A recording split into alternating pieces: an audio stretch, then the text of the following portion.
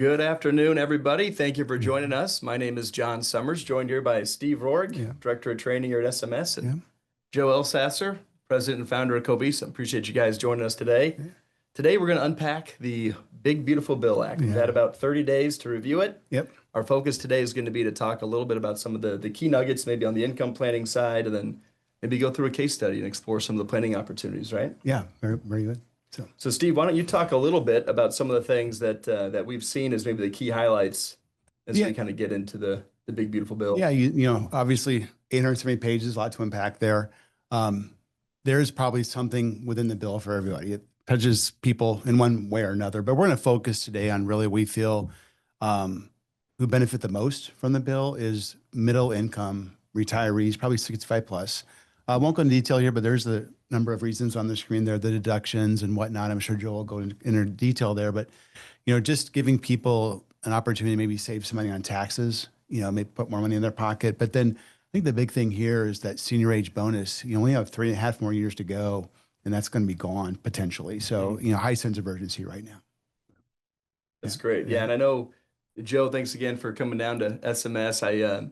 You've done a really good job over the years of making some of the complex decisions people had to make easy, right? When it comes to Social Security decisions, tax decisions. When you look at the Big Beautiful Bill, it looks like there's maybe a number of things that could be impacted. So I appreciate you spending some time with us and going through a few things from your perspective that you see as opportunities. Yeah. Sure. Yeah. Thank you. You know, thanks for having me. And yes, this thing is big. Yeah. And we're going to spend, you know, some time talking about the things that are critical for the mass affluent, you know, for the typical client of the financial advisor that might have, you know, what, $500,000 to up to $2-3 million. Those are the folks that are really impacted by what we'll be talking about today. Oh, good. So if you like, I can jump right in. That's great. Yeah, awesome. Yeah, let's do it. So Steve, you mentioned that temporary additional senior deduction, and really we think that temporary additional senior deduction is one of the most critical parts of the whole legislation.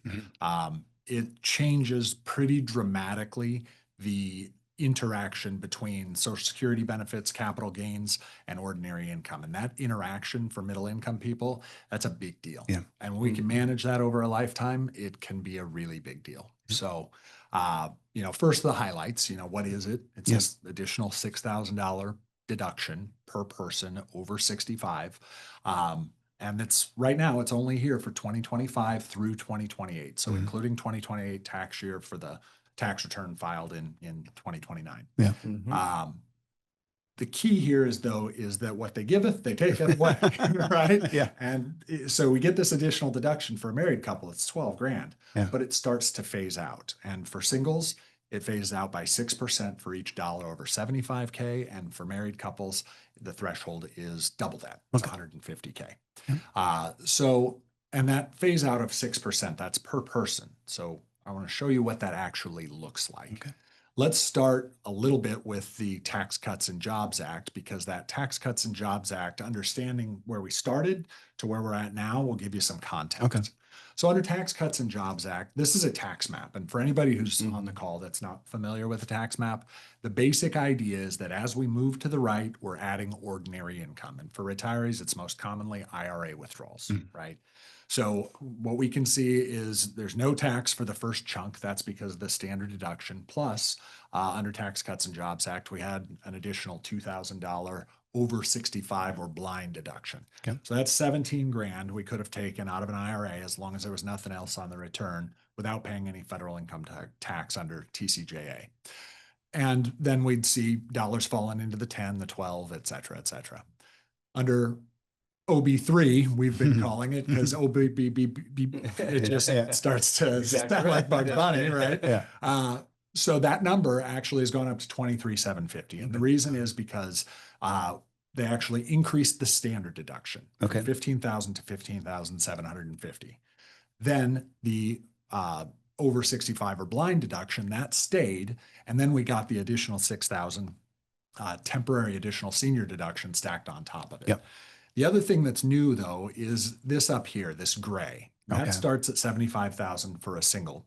And that is the phase out. It effectively represents additional taxation once you exceed the threshold.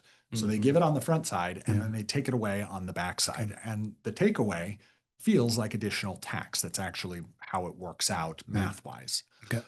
So the reason you're paying, rather than the bracket rate of 22.2 once you exceed that threshold, instead you're paying 23.35. It's actually 23.32. It's a rounding to 0.35. Yeah. Is because for each dollar above the threshold, $1.06 is actually being taxed at the 22% rate. So that's how it works for singles. Okay. And that happens starting at $75,000. Now for marrieds, we've got the larger standard deduction. So you see that pushed over to the right a little further. And we both members of the household get the $6,000 each. So it's an additional $12,000. But then when it starts to phase out, it's $1.12 that is being dragged in because it's 6% per person.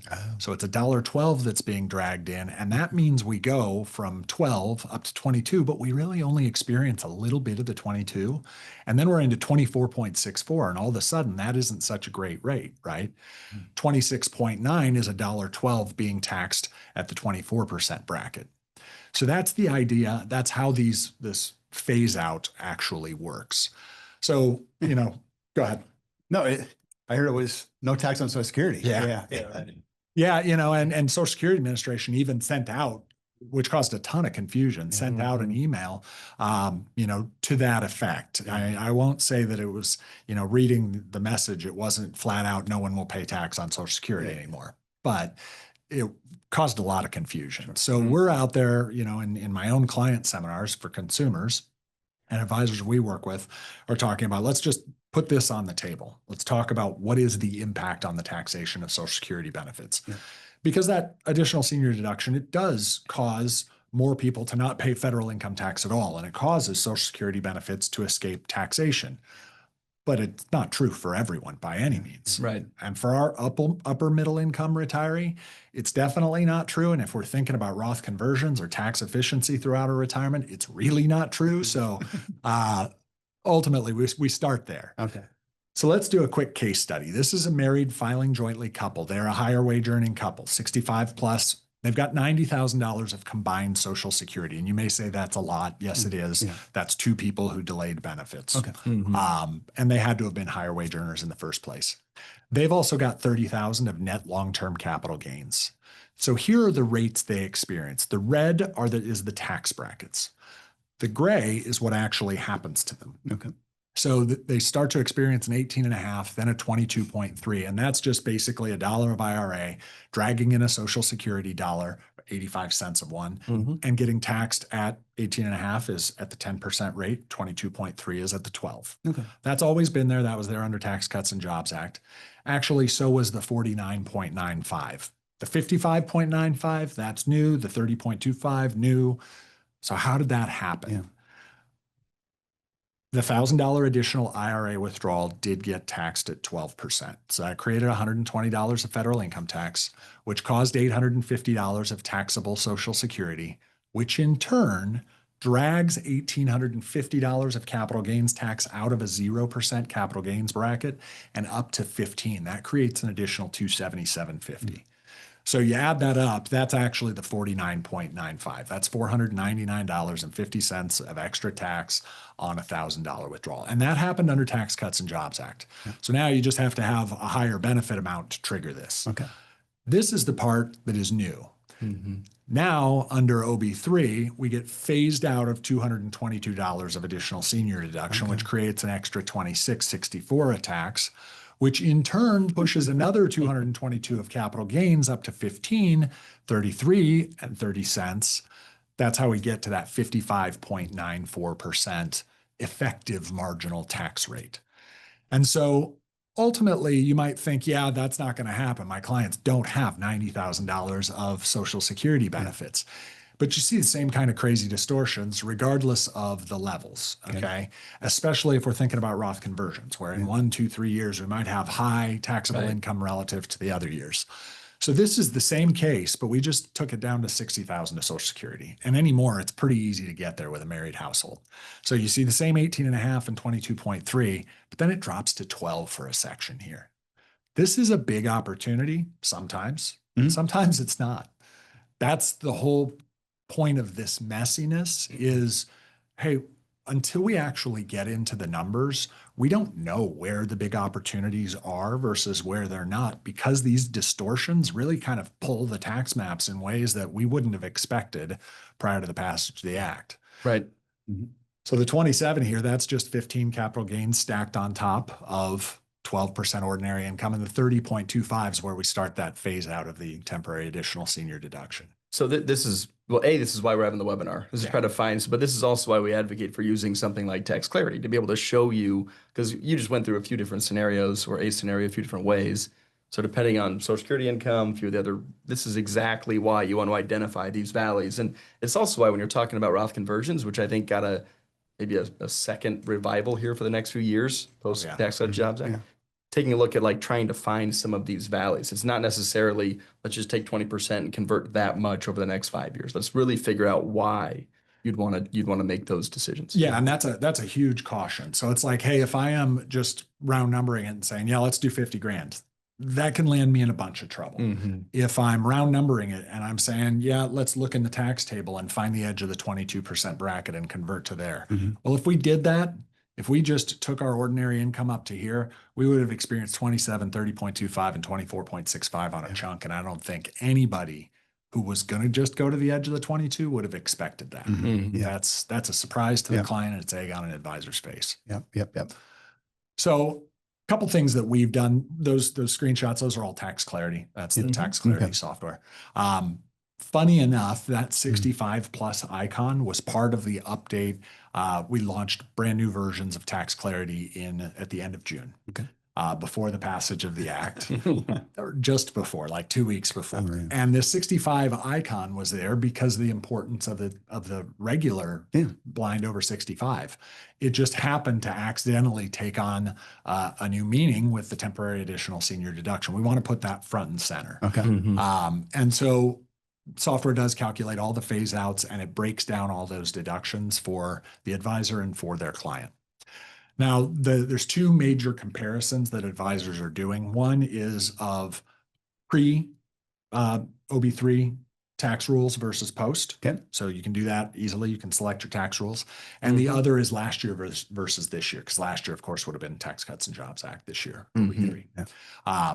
So that comparison report is brand new in the new software. Okay. And if you are interested, there's a QR code on the screen if you're watching on your computer, and it's just easier to pull out your phone and pop the camera app. That'll take you right to the page. Otherwise, screenshot it, what have you, go to the link. There's a free trial on the front end of all of our software tools. So, so that is kind of the tax map look at the law. Now that's inside 1 year, right? But when we think about it, we're really thinking about tax efficiency over a lifetime. And we have been big advocates for a simple kind of 3-step process, right? It's start with Social Security, because there's a lot of value even after all the bells and whistles were gone. There's a lot of value difference between making a good Social Security decision and a poor one, just in a vacuum. There are also tax implications. So start with Social Security, then decide which accounts we're going to use at which points in retirement to create tax efficiency. And finally, once we've done that, we can fill those accounts with appropriate product based on when and how it's going to be used. So these first 2 steps really kind of bring us into the idea of tax efficient overall retirement income planning. When we think about retirement, we can kind of think about it as a series of 30 years of these tax maps stacked up. And if we were to do that, we'd be looking at something that looks like a mountain range. If I were thinking about how to efficiently cross a mountain range, there's no way I'm going peak to peak to peak, right? I want to make the most of the valleys. And John, you hit on this earlier. It's like, exactly right. I didn't know there was going to be a valley there. Gosh, if I can get a bunch of money out at 12, I want to do that, because there's a real chance that a lot of it is going to land in a higher bracket later if I don't take this opportunity now. And that's how we think about retirement income planning, is when we can get dollars out of an IRA at a desirable tax rate, we want to do it. We want to either withdraw it to spend it, or we want to do it through a Roth conversion. And so let's extend a case study a little bit further. Same clients, married filing jointly, got 1.85 in their IRA, $500,000 in a brokerage account, assuming 400K basis, and they're spending 120K per year after taxes. Got an inflation number baked in there, and all accounts are moderately invested. So we're not playing any games with step 3 of the process, right? Right. Only looking at steps 1 and 2. And we think about retirement income in terms of these 3 core metrics. How long does the money last? Yep. Portfolio longevity. If they run out of money, what percentage of their income need continues to be met by pensions, Social Security, annuities, et cetera? And then finally, estate value. If they don't run out of money, if the portfolio lasts longer than they do, what's left over net of taxes in today's dollars for the people or causes they care about? So that's estate value. And we see that client is in great shape, right? So really we're focused on creating more efficiency that would create a higher estate value. Under Tax Cuts and Jobs Act, we would have determined, hey, we want to do Roth conversions on anything we can get out under 24. Funny enough, under OB3, we're going to target a 22% tax rate instead of 24. And that's an effective marginal rate, not just a tax bracket. And what we see is that the difference between doing what most people do, that's the base case, and following an optimized strategy under TCJA, 127K. Difference under OB3, 188K. So there's a much bigger opportunity to screw it up. I don't know of a better way to put it, right? There's a bigger opportunity, greater consequences if we're not evaluating these things on an annual basis. And maybe real quick before you go by this slide, because I think it's important. I think I want to go back to what you said about just effective marginal rate and maybe just explain that, because I think that's a big deal when we're talking about this, right? So maybe instead of just taxes paid, just talk about effective marginal rate for a second. When we think about our job as advisors, right, there's 2 major levers we can pull when it comes to taxes. We can change ordinary income. Most commonly, it's by changing IRA withdrawals. But hey, if somebody's got a big non-qualified account, they're really conservative, they got tons of bond interest flying off it, we can change ordinary income by deferring some interest. We can do things around that. We can allocate differently. But most of the time, it's take IRA withdrawals, it's recognize capital gains, it's harvest capital losses. These are our 2 levers. And so the whole idea with the effective marginal rate is when I pull a lever, what's the impact after all the gears twist each other behind the scenes, right? When I account for, all right, ordinary income did this to capital gains, did this to Social Security benefits, caused these things to phase out. All of that together is what creates our effective marginal rate. Basically, when I take this dollar, how much more in tax does it cost me? And expressed as a rate. Thank you. Yeah. Good clarification. So when we think about through the course of the retirement, I'm just going to give you a couple of examples here. Under that 24% target under Tax Cuts and Jobs Act, we would have been going quite a ways out on the map. We're getting out to, what is that, $160,000, $180,000. Under OB3, we're actually doing a smaller Roth conversion, and we're doing that in each of the years, funny enough. And the reason is because once we hit that phase out, it's just not as efficient. It's not efficient enough to push us over the ledge that says, yeah, we should do more faster. So that's what happens for each of these years. And you can see kind of in the comparison table, it's considerably lower conversion amounts under OB3 for this mass affluent client. This is a lower high net worth or a higher mass affluent kind of client than it would have been under Tax Cuts and Jobs Act. But then with bracket permanence, it doesn't drop as severely either. This is really the difference in 2029 on. That's the difference for the conversion amounts. So you can see faster conversion schedule under Tax Cuts and Jobs Act, slower, more longer-term conversion schedule under OB3, and a higher potential impact of doing so. Interesting. Probably not what people would have thought. I mean, I'm assuming when they heard about some of the deductions, some even where we started this conversation, they would have thought, well, maybe we're going to be able to convert more quicker with OB3. Yeah, that was our initial. So my initial bit was, okay, this temporary additional senior deduction is going to cause bigger deductions just because it's 12 grand. But we were already probably going to convert that much. And now we're capped in a lot of cases, particularly for marrieds with the phase out. And we see kind of a similar thing happening with the SALT cap, like for high wage earners, high income earners. SALT cap has this same kind of mechanics where we're thinking about it in the same way. So you might say, what's the impact of the individual provisions? So $101,000 of that is just the tax efficiency angle. So the majority of the impact is the tax efficiency angle. The Social Security strategy in this case, once we bring it into the context of the accounts that are earning more than a risk-free rate, it adds about 21,000. So it's meaningful. I mean, I certainly wouldn't walk past 20 grand on the ground, but it's not the $200,000 numbers we're used to. And that's what happens when you bring it into a plan and you introduce risk. But you put them together and 1 + 1 = 3, right? That's why we focus so much on that process. Social Security first, which account when, then product selection.